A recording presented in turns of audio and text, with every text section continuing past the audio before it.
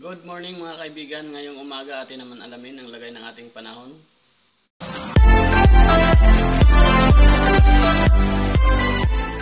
Umaga, kumusta po?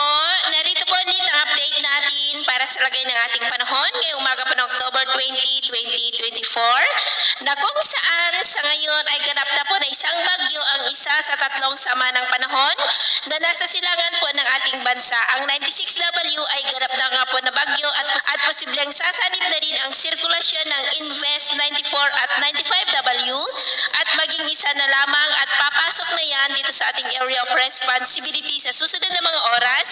at tatawagin na po sa local name na Bagyong Christine. Buong Luzon po ay maging alerto dahil posibleng tatahakin nito ang Northern Luzon at mararamdaman na ito sa Miyerkules hanggang sa weekend o kaya naman po ay Martes hanggang sa Huwebes na nagbabanta naman na dadaan dyan sa may Bicol Region at Central Luzon. Kaya patuloy po natin nababantayan ito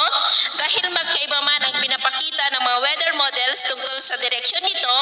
ay pareho naman ay pinapakita na tatama po dito sa Luzon at ito naman ay pinapakita ng forecast model natin pong ginagamit hanggang po sa susunod na 2 linggo. At sa lagay po ng ating panahon ngayong madaling araw ay may mahinang daloy na po ng mahinang bugso ng hanging amihan o northeasterly surface wind flow dito po sa northern part ng Northern Luzon at extreme Northern Luzon na dahilan ngayong madaling araw.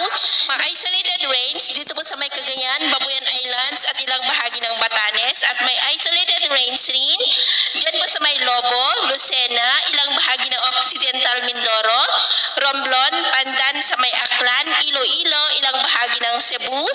Ormoc, Baybay, Maasin, Southern Palawan, Sipalay, Bayawan, Dumaguete,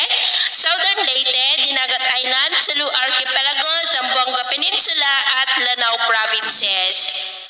At mamaya po ay sisikat naman ang araw sa malaking bahagi ng ating bansa pero may tsansa pa rin ng maulap na kalangitan with isolated rains dito po sa ilang bahagi ng Cagayan, Isabela, Polillo Island, ilang bahagi ng Palawan, Iloilo, Bacolod, Cebu, Bohol, Southern Leyte, Dinagat Island, Sulu Archipelago, Zamboanga at Sarangani. At mamayang hapon po mas maraming lugar na ulit ang makakaranas ng mas maulap na kalangitan with isolated rains sa ilang bahagi ng ating bansa. Kaya kung lalabas tayo sa ating mga tahanan, ay ugaliin lamang po natin lagi ang magdala ng kahit anong panangga natin sa init ng araw at proteksyon na rin po sa mga biglaang buhos ng ulan. At sa atin naman pong mga baybayin, dahil po sa mahinang daloy ng amihan o northeasterly surface wind flow, ay iwasan na muna natin ang papalaot, lalo na po dyan sa baybay ng Batanes at Babuyan Islands dahil ang mga alon dyan ay posibleng aabot hanggang po sa 3 to 4.5 meters height. Maging po sa baybay ng Cagayan ay maalon din, ang mga alon ay posibleng aabot hanggang sa 2 to 2.5 meters height. Kaya hanggat maaari ay iwasan na muna natin ang papalaot dyan po sa mga may kulay pula para po mas makaiwas sa mga sakunang